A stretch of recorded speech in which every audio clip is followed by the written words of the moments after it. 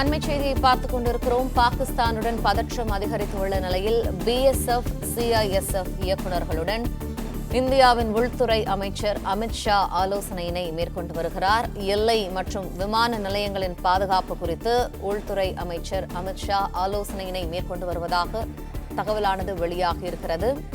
பாகிஸ்தானுடன் பதற்றம் அதிகரித்துள்ள நிலையில் பிஎஸ்எஃப், சிஐஎஸ்எஃப் இயக்குநர்களுடன் உள்துறை அமைச்சர் அமித்ஷா தற்போது ஆலோசனையினை மேற்கொண்டு வருகிறார். எல்லை மற்றும் விமான நிலையங்களின் பாதுகாப்பு குறித்து தற்போது அவர் ஆலோசனையினை மேற்கொண்டு வருவதாக தகவலானது கிடைக்கப்பட்டிருக்கிறது.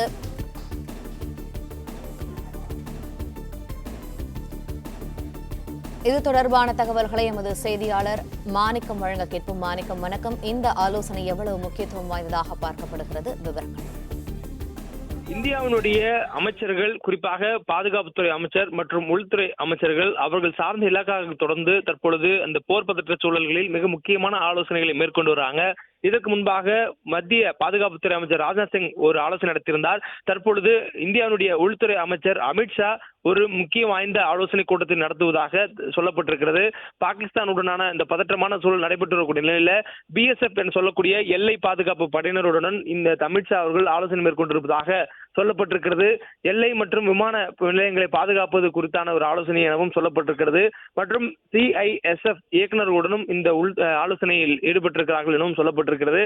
இதற்கு முன்பாகவே உள்நாட்டில் இருக்கக்கூடிய பாதுகாப்பை வலுப்படுத்துவதற்காக பல்வேறு அறிவுறுத்தல்களை உள்துறை அமைச்சர் அமித்ஷா கொடுத்திருந்தார். குறிப்பாக எல்லை பாதுகாப்புகளை உறுதிப்படுத்த வேண்டும் என்று பிஎஸ்எஃப்க்கும், அதேபோன்று உள்நாட்டு கட்டமைப்புகளில் மிக முக்கியமானவைகளாக இருக்கக்கூடிய கட்டமைப்புகளுக்கு பாதுகாப்பு வழங்குவதற்காக சிவில் டிஃபென்ஸ் என்று சொல்லக்கூடிய துறை மூலமாக பாதுகாப்புகள் நடந்து வழங்கப்பட்டு வருகிறது. இந்த நிலையில சிஐஎஸ்எஃப் உடைய இயக்குநர்களும் இந்த ஆலோசனையில் பங்கேற்றிருக்கிறார்கள் சொல்லப்பட்டிருக்கிறது.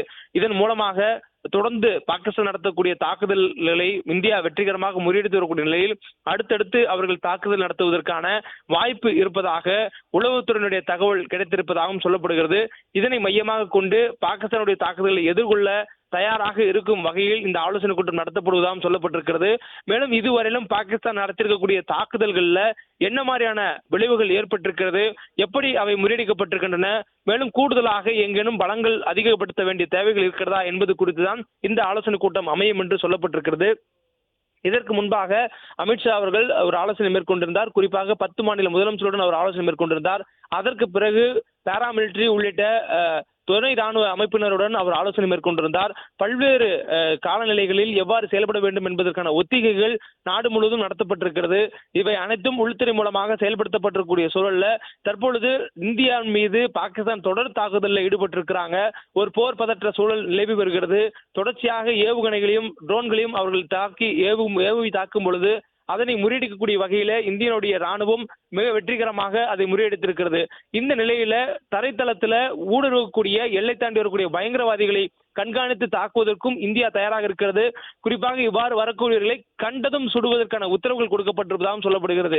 எல்லை தாண்டக்கூடியவர்கள், அதாவது எல்ஓசின்னு சொல்லக்கூடிய எல்லை கட்டுப்பாட்டு கோடு அமைந்திருக்கக்கூடிய பகுதிகளில் பாதுகாப்பு பணியில் இருக்கக்கூடிய பிஎஸ்எஃப் என்று சொல்லக்கூடிய பார்டர் சேஃப்டி போர்ஸ் எல்லை பாதுகாப்பு படையினர் அங்கு எல்லையை தாண்டி யாரேனும் வர முற்படுவதை தெரிந்தால் அவர்களை சுடுவதற்கு உத்தரவு கொடுக்கப்பட்டிருப்பதாகவும் சொல்லப்பட்டிருக்கிறது.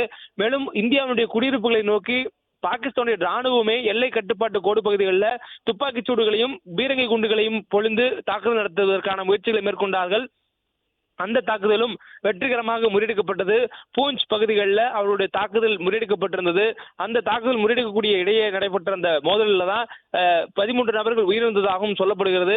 இந்த சூழலில் எல்லை பாதுகாப்பு மிக முக்கியம் என்பதனாலையும் அதே நேரத்தில் எல்லை தாண்டி வரக்கூடியவர்கள் மீது எடுக்கப்படக்கூடிய நடவடிக்கைகள், மேலும் வரக்கூடிய நாட்களில் போர் பதற்றம் அதிகமாக இருக்கக்கூடிய நாட்களில் மேலும் இது தீவிரமடையக்கூடிய வாய்ப்பு இருப்பதனால எல்லை பாதுகாப்பை கூடுதலாக வலுப்படுத்துவது தொடர்பாகவும் இந்த ஆலோசனை நடத்தப்படுவதாக சொல்லப்படுகிறது.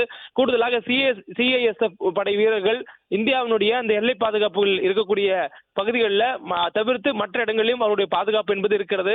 குறிப்பாக விமான நிலையங்கள் இருக்கக்கூடிய பகுதிகள், முக்கியமான கட்டமைப்பு இருக்கக்கூடிய பகுதிகளில் சிஐஎஸ்எஃப் உடைய பாதுகாப்பு பலப்படுத்தப்பட்டிருக்கிறது.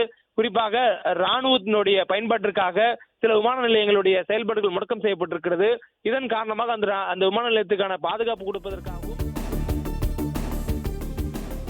அந்த பாதுகாப்பு அவருடனும் இந்த ஆலோசனை என்பது மேற்கொள்ளப்பட்டு வருவதாக சொல்லப்பட்டிருக்கிறது.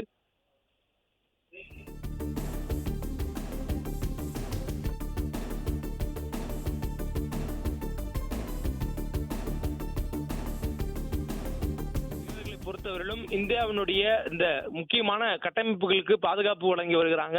இந்த போர் பதற்றமான சூழல்ல அவருடைய தாக்குதல் என்பது இந்தியாவினுடைய கட்டமைப்புகள் மீது இருக்கிறது. அதே போன்று குடியிருப்புகளை நோக்கி இருக்கிறது. ஜம்மு காஷ்மீர்ல ஸ்ரீநகருடைய விமான நிலையத்தை குறிவைத்து தாக்குவதற்காக பாகிஸ்தான் ஏறக்குறைய பல்வேறு குறைந்த மலிவான விலைகளை கொண்டு ஹமாஸ் மீது இஸ்ரேல் தாக்குதல் நடத்தியது போல பல்வேறு ட்ரோன் மற்றும் மிசைல்களை கொண்டு தாக்குதல் நடத்தியதாக சொல்லப்பட்டது. அதை அனைத்தையும் வெற்றிகரமாக இந்திய ராணுவம் முறியடித்திருக்கக்கூடிய சூழல்ல மேலும் அவர்கள் தாக்குதல் என்பது இது போன்ற கட்டமைப்புகளை நோக்கியும் ராணுவ தளவாடங்கள் ராணுவ நிலைகளை நோக்கியும் இருக்கக்கூடிய வாய்ப்பு இருப்பதனால அதற்கு பாதுகாப்பு வழங்குவதற்கான ஆலோசனைகளும் வழங்கப்பட்டிருப்பதாக சொல்லப்படுகிறது. இந்த ஆலோசனை என்பது உள்துறை அமைச்சர் அமித்ஷாவுடைய தலைமையில BSF மற்றும் CISF ஆகிய படைகளுடைய இயக்குநருடன் உள்துறை அமைச்சருடைய ஆலோசனை என்பது நடைபெற்று வருகிறது. இந்த ஆலோசனை மிக முக்கியமான ஒரு ஆலோசனை. வெளிநாட்டு பாகிஸ்தானை எல்லை தாண்டி தாக்குதல் என்பது ராணுவத்தினுடைய வேலை என்றாலும் உள்நாட்டுக்குள்ளாக ஏற்படக்கூடிய பாதிப்புகளை சமாளிப்பதற்கும் பதிலடி கொடுப்பதற்குமான வேலைகள் உள்துறைக்கும் பங்கிருக்கிறது என்பதனால உள்துறையும் தொடர்ந்து அது தொடர்பான விவகாரங்களில் மிக உஷாரான ஒரு நிலையில் இருப்பதாக சொல்லப்பட்டிருக்கிறது. மேலும் எல்லை தாண்டி வரக்கூடிய பயங்கரவாதிகளை ஒடுக்குவதற்கும் அதே நேரங்களில் உள்நாட்டுக்குள்ளாக நிலைநிறுத்தப்பட்டிருக்கக்கூடிய ராணுவ தளவாடங்களை பாதுகாப்பதற்கும் அதே நேரங்களில் மற்ற கட்டமைப்புகள் நாட்டினுடைய கட்டமைப்புகள் எல்லை ஓரங்களாக அமைக்கப்பட்டிருக்கூடியவை.